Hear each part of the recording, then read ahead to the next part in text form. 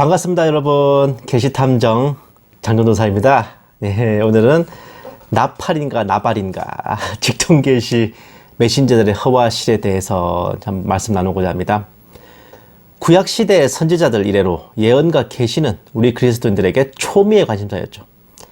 성령의 9가지 은사 중에도 예언의 은사가 있거니와 모든 이단 사이비 교주들의 스토리들도 평범하게 살다가 어느 날 갑자기 그놈의 계시를 받으면서 일이 벌어지죠.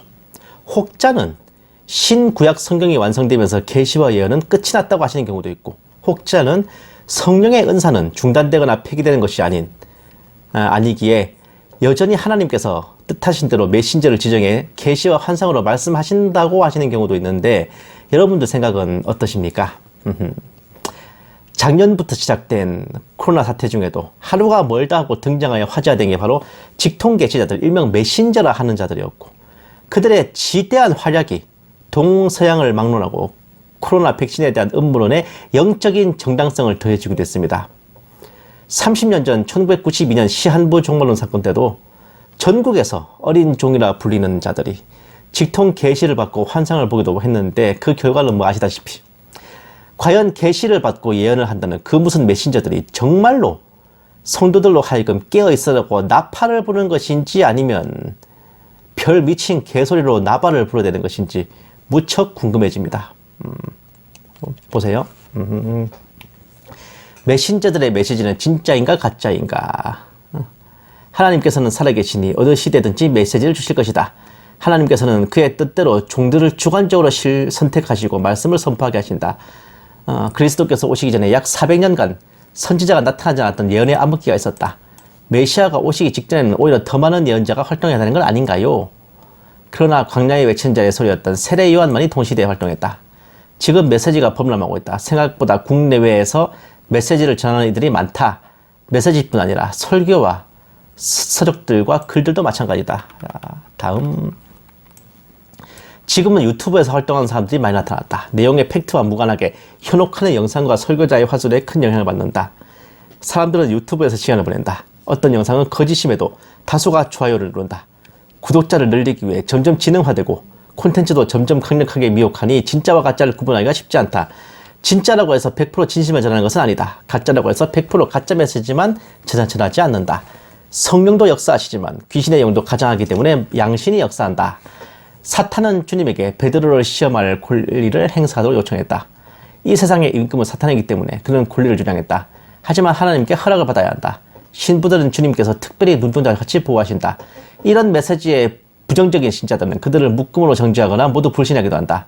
하나님께서 그들에게 메시지를 주실 수도 있다. 하나님을 단지 추상적으로만 이해하고 개인적인 경험이 없다면 친밀한 상태로 교제할 수 없다. 하나님의 음성을 듣는 것은 잘못된 것이 아니다.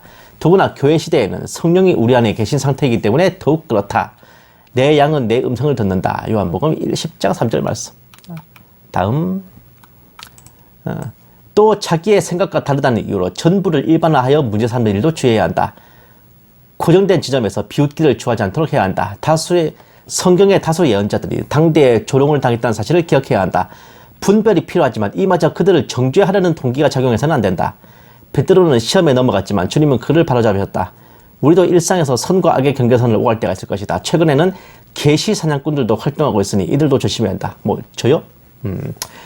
우리는 천국을 지향하지만 누군가 천국에 대해 구체적으로 묘사하면 냉소적으로 돌변한다. 천국은 믿지만 실제 하는 천국에 대해서 알고 싶지는 않고 알 수도 없다는 고정관념이 강하다. 그러나 천국에 대해 더 소망을 품게 만들고 현재를 인내한다면 그게 유익이다. 그러나 이런 메시지에 너무 빠져서 메시지를 맹신하거나 성경보다 우선하는 신자들도 조심해야 한다. 항상 강조하지만 사람의 설교나 주석이나 신앙서적이나 영상이나 포스트나 간증이나 메시지는 모두 참고서일 뿐이다. 메시지를 분별할 때 기본적으로 알아야 할 전제 조건이 있다. 다음. 예수님조차 3번 시험을 받으셨다. 환상이 보이고 음성이 들리기 시작했다. 하나님의 아들이거든 돌을 떡덩이가 되게 하라. 하나님의 아들이거든 뛰어내려라. 그가 너를 위하여 그의 사자들을 명령하시리니 블라블라블라. 지극히 높은 산으로 데리고 가서 천하만국과 그 영광을 보여 이르되 내게 엎드려 경배하며 이 모든 것을 내게 주리라. 사탄은 하나님의 아들이라는 팩트와 성경 말씀까지 동원했다. 예수님께서는 이 음성과 환상의 출처가 사탄임을 아셨고 성령의 검 곧 하나님의 말씀으로 물리치셨다. 그런데 우리라면 환상이 보이고 음성이 들릴 때 사탄의 음성이라 의심하는 신자들이 있을까? 아, 이게 무슨 하나님의 은혜인가? 대부분 당연히 하나님이 주시는 환상과 음성이라 생각할 것이다. 사탄은 하나님이 주신 음성처럼 가장할 수 있다. 실제로 음성을 듣고 뛰어내려 자살하는 사람도 있다. 40일 금식한 후에 마침 음성이 들린다. 내게 능력이 충만하게 되었으니 충만하게 임했으니 돌을 명하여 떡이 되게 하라. 충분히 속아 넘어갈 수 있는 상황이다. 어이구 진짜 좋겠다 이거.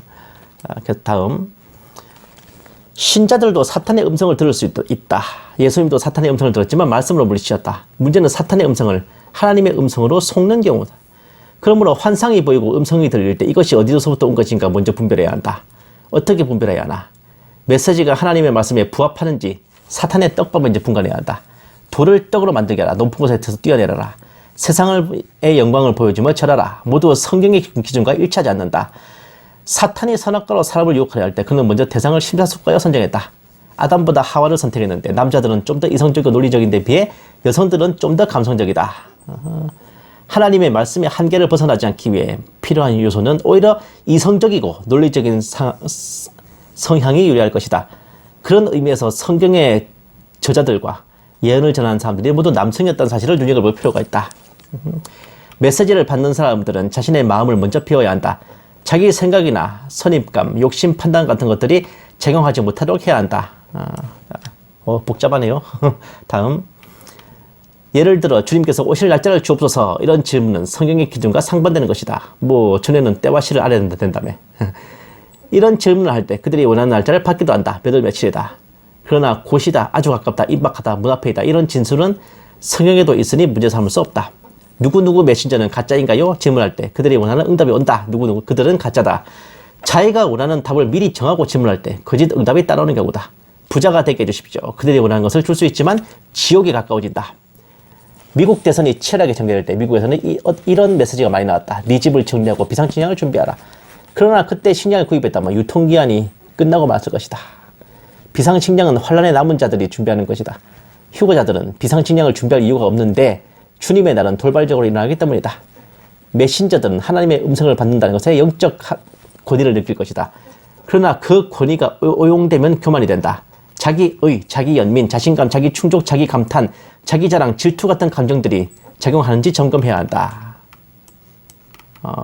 다음 메시지를 받는 자들이 하나님의 말씀에 무지한 상태에서는 잘못된 메시지를 요청하거나 받을 가능성이 높아진다. 성령의 검이 예리한 상태에서 분별할 수 있어야 한다. 메시지를 받는 사람들도 더 성경을 읽고 정결한 상태를 유지해야 한다. 한순간 잘못된 메시지를 들을 수 있기 때문이다. 그렇다면 메시지를 듣는 사람들은 어떻게 분별해야 되나? 메시지를 100% 거부하며 고민할 필요도 없겠지만 유익도 없다. 메시지를 100% 수용하면 메시지에 섞여 있는 미혹의 목소리를 따라갈 위험이 있다. 버가모 교회에 몰래 들어온 발람과 니골라파의 교훈에 대해 주님께서는 내 입에 검으로 쌀 것이라 말씀하셨다. 우리 역시 하나님의 말씀으로 거짓을 분별할 수 있다. 또한 그들의 메시지를 통하여 맺어질 열매들을 관찰해야 한다. 예언의 메시지인 경우에는 성취화되는지 봐야 한다. 누구는 가짜다 하는 메시지도 정죄의 열매를 맺을 가능성이 높다. 그리고 메시지가 내 신앙을 더 유익하게 만드는지 따져봐야 한다. 초림이나 재림에 대한 예언은 신구약 여러 곳에 등장하지만 일복 요한에게 정리되어 있지는 않다. 예언들이나 징조의 조각들을 수집하여 정리하는 수고는 우리의 몫으로 남겨두었다. 다음 지금은 많은 혼돈과 미혹과 카오스가 난무하는 계절이다. 출현하는 수많은 어젠다에 숨겨진 팩트와 거짓들과 시험이 우리에게 허용되는 기간이다. 이런 상황에서 우리가 유리하게 할 수 있는 일은 하나님의 계획과 도움을 청하는 것, 자기 생각을 따라 굳이 위험에 자신을 포함시키지 않도록 하는 것, 우리 자신 또한 하나님의 말씀에 더 집중해야 되고 자신을 더 겸비한 상태로 두도록 점검해야 하고 블라블라블라블라블라. 말은 다 그럴싸. 본 게시 탐중에 취재가 시작되는 거 여기서부터입니다. 메신저들이 양심 역사를 하기도 한다. 하나님의 음성을 듣는 건 죄가 아니지만 메시지들을 모두 불신하거나 정죄해서는 안 된다. 이런 것들은 단지 참고서일 뿐이고 이성적이고 논리적으로 마음을 비우고 어쩌고저쩌고 게시랍시고 메신저랍시고 말은 뱉어놓고 뒷감당 책임을 지기 싫으니 이렇게 혓바닥이 길어지는 겁니다. 메시지를 분별하는 법 간단해요. 사실관계에 부합하는가 또는 성경이 말씀하는 바에 합당하나 두 가지입니다. 사실인가 성경적인가 두 가지만 견주어 파악하면 되지 뭐가 저렇게 혓바닥이 길어지는지 저럴 바에는 그냥 메신저 따위 무시해버리고 안 들으면 그만입니다. 안 그렇습니까? 본 게시 탐정은 직통 게시나 입신 환상을 전하는 메신저에 대해 가장 기본적으로 베이스에 깔아두는 마인드가 있는데 아마 예전에도 부단히 말씀드렸을 겁니다. 그것은 바로 이게 어디서 약을 팔아입니다. 의심하고 있다가 빼도 박도 못할 진리이자 말씀이라면 그때 가서 믿어도 늦을 건 없지만 처음부터 덜컥 믿어버리면 그때부터는 영이 씌게 되고 미혹이라는 단계로 들어가기에 상당히 일이 복잡해져야 됩니다. 그리고 본 계시 탐정이 저렇게 생각하는 이유는 단지 실무적인 차원만이 아닙니다. 선지자 혹은 선견자를 통한 직통 계시가 있었던 이유는 바로 그 당대에는 현재 성경이 완성되지 않았기 때문입니다. 구약시대는 물론이거니와 신약시대에 들어서도 66권 성경이 완성될 때까지는 직통 계시를 허용하셨는데 성경이 완성된 순간부터는 기록된 말씀인 성경이 하나님의 특별 계시로 작용하여 최종 버전의 메인 메시지가 되었고 이때부터는 굳이 구약시대처럼 선지자가 등장하여 선포할 필요가 없게 된 겁니다. 혹자는 이렇게 말하면 그러면 예언의 은사는 뭔가요? 라고 하실 테지만 예언의 은사는요 우리가 아는 것처럼 앞날을 미리 말하는 그런 예언이 아닙니다. 흔히 노스트라다무스 같은 예언자를 표기할 때는 예언의 한자가 예언인데 이게 앞날을 미리 말한다는 의미입니다. 그러나 예언의 은사를 표기할 때 예언은 이 한자가 이제 맡겨진 말씀을 전한다는 의미입니다. 예금, 예치금, 예탁금 할 때 그 예자예요. 즉 예언의 은사란 하나님께서 전하라고 맡기신 말씀을 전한다는 것으로 굳이 말하자면 매 주일마다 목사님께서 강단에 서서 하나님의 특별 계시인 성경을 풀어 가르치시는 설교가 바로 예언의 은사에 해당하는 겁니다.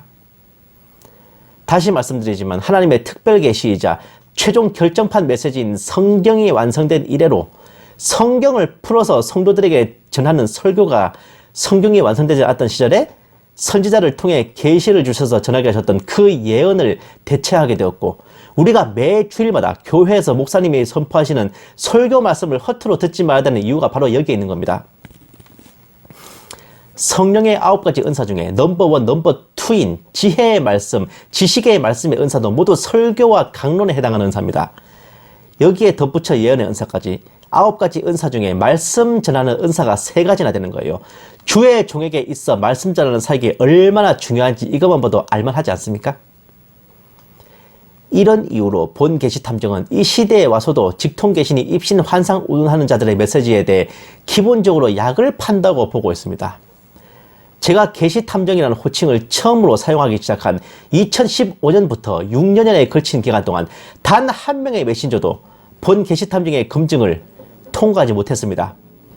이 시대의 직통 계시가 가당한 일인가부터 생각해 봐야 할 판에 전한다는 메시지도 아주 개나발을 불어대고 있다면 그 무슨 메신저라는 자들을 대체 뭘 보고 신뢰해야 될지 도통 의문입니다. 본 계시 탐정이 예전에 데이비드 윌커슨 목사라는 사람의 계시를 분석해 드릴 때 언급한 내용인데 다시 한번 재업하게 할게요. 계시와 예언, 메시지를 분별하는 최우선 3대 기준입니다. 해당 예언이 직통 계시가 없었어도 예측할 만한 내용인가? 해당 예언이 역사적 사실관계와 상통하는가? 해당 예언이 예언답게 구체적으로 시기를 지목하는가? 1번 항목이 있는 이유는 그냥 정세가 돌아가는 것만 봐도 예측이 가능한 내용이면 직통 계시가 필요가 없습니다. 계시라는 간판을 씌워 더 포장지를 할 우려가 있기 때문에 그래요. 2번 항목이 있는 경우는 당연히 역사적 사실관계와 맞지 않으면 그 예언이 틀린 것이기 때문이고 3번 항목이 있는 이유는 말은 예언이라면서 구체적인 시기 지목도 없으면 그게 예언으로서의 가치가 있겠습니까? 휴거와 재림 시기를 제외하고는 그 밖에 뭔가 격변을 예언하는 것은 조금이나마 시기의 지목이 있어야 예언이라 할 만합니다. 현존하는 직통계시 메신저들을 이 기준으로만 견주어봐도 단 한 명도 통과하지 못할 겁니다. 게다가 여러분들도 혹시 눈치채셨을지 모르겠는데 계시와 환상도 메신저 본인이 아는 만큼만 보인다는 겁니다. 가령 쌍팔년도 이전에 메신저들이 봤다 들었다 하는 것들을 보면 현재 스마트폰 시대나 유튜브에 등장을 예언한 메신저는 한 명도 없습니다. 베리칩이 짐승의 표라고 하나님께서 계시를 주셨다 어쨌다 떠드는 메신저들은 많았지만 문제는 그 베리칩이 등장하는 것을 예언한 메신저는 없었습니다. 베리칩이 나오고 나서야 그게 짐승의 표라는 계시가 나왔죠. 작금의 코로나 백신 음모론 또한 백신이 짐승의 표다가 어떻다 하며 온갖 계시와 환상이 난무하지만 문제는 코로나 사태가 터질 것도 예언한 메신저가 없습니다. 이렇게 전 세계가 마스크를 쓰고 거리두기 하며 다니는 것을 예언한 메신저가 없어요. 코로나가 터지고 팬데믹이 일어나고 백신이 등장하고 나서야 코로나 백신이 짐승의 표다 음보다 하며 계시를 받고 환상을 받죠. 대체 무슨 놈의 메신저들이 선지자나 선견자는 개뿔, 후지자의 후견 지명들을 자랑하십니까? 단 한 명도 미리 계시하여 예언한 사람이 없어요. 죄다 일 터지고 나서야 이건 이거다 저건 저거다 하며 떠들고 있습니다. 계시를 받았다는 메신저들보다 오히려 빌 게이츠 같은 다국적 사업가가 더 미래 예측이 뛰어난데 하나님의 계시가 사업가들 예측보다 못하다는 게 말이 되는 소리입니까? 이러니 옛적 느부갓네살이 현명했던 겁니다. 꿈을 알려주고 해몽해달라 그러면 어떻게든 껴맞추고 짜맞추면 되니까 니네들이 정말 능력이 있다면 꿈까지 알아내라고 했던 겁니다. 당연히 바벨론의 술사들은 죽다 살았죠. 작은 메신저라는 것들도 보면 꿈을 해몽하는 수준이지. 정말로 그가 하나님의 계시를 받아 전하는 자라면 꿈까지 알아내야 되는데 아직까지는 그런 메신저를 전혀 보지 못했습니다.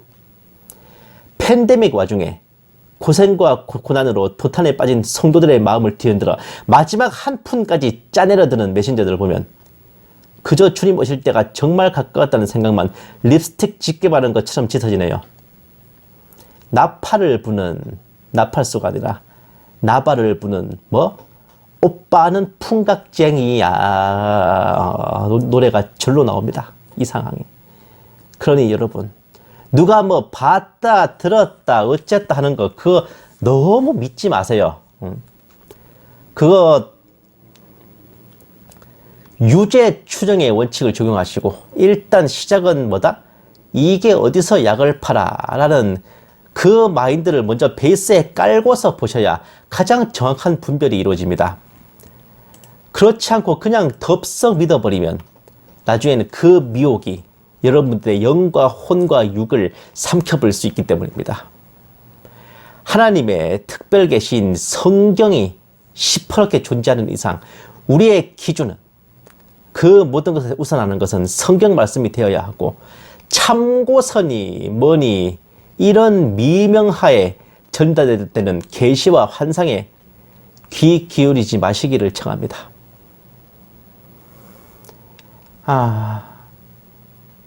이 말씀을 여러분들께서 아멘으로 받으신다면 고린도후서 13장 13절로 마무리하겠습니다. 주 예수 그리스도의 은혜와 하나님의 사랑과 성령의 교통하심이 너희 무리와 함께 있을지어다. 아멘.